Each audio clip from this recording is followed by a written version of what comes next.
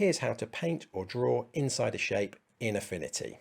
Simply select the shape you want to draw inside, click the Insert Inside the Selection button here, and draw. Keep watching for more information on this handy Affinity feature and see how I use it to add shading to this paintbrush image. When I expand the layer here, you can see the drawn brushstroke. To move the brushstrokes out of the shape, simply drag the layer icon out. And if you change your mind, drag the brushstroke back into the shape icon to crop it again. Be sure to drag into the text part of the layer icon and not the image.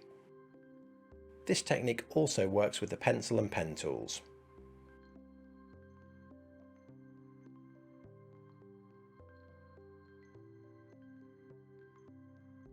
You can use it to create shapes inside other shapes,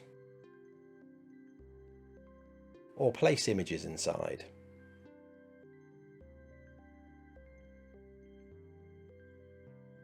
So far I used a path brush in the Vector Studio, but this feature also works with pixel brushes. I'm going to switch to the Pixel Studio, but before I do, I'm clicking the Insert Inside Selection button as the button isn't visible in the Pixel Studio. So I'm switching to the Pixel Studio now and choosing one of Artifex Forge's Affinity airbrushes. Download the pack from artifexforge.com. And now I'm drawing inside the shape. And we can remove the raster layer from the shapes just like with the path brush stroke. Everything is non-destructive. This technique also works with rasterized shapes. I'm creating a new shape, but this time I'm giving it a blurred edge with a Gaussian blur effect. I'm rasterizing the shape but not preserving the effects. And now I can draw inside the blurred shape.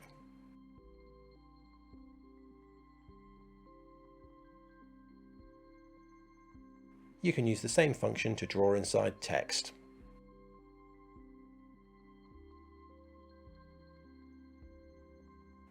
To finish the video, I'm going to use this technique to add some texture shading and complete the paintbrush design. I'm using a brush from the Artifex Forge's Mixed Media Mid-Century brush set. Get the pack from artifexforge.com or by clicking the link at the end of the video.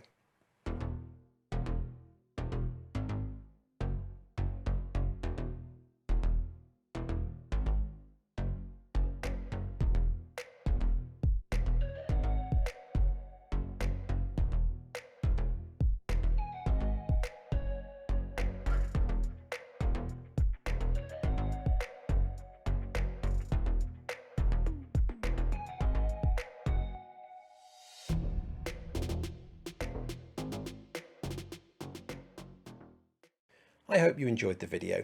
Download either of the featured brush sets from artifexforge.com. Click the link to explore the mid-century brush pack now. And if you enjoyed the video, please give it a thumbs up and follow our channel for more Affinity tips. And be sure to watch the next video to learn more about using path brushes in Affinity. Thanks for watching.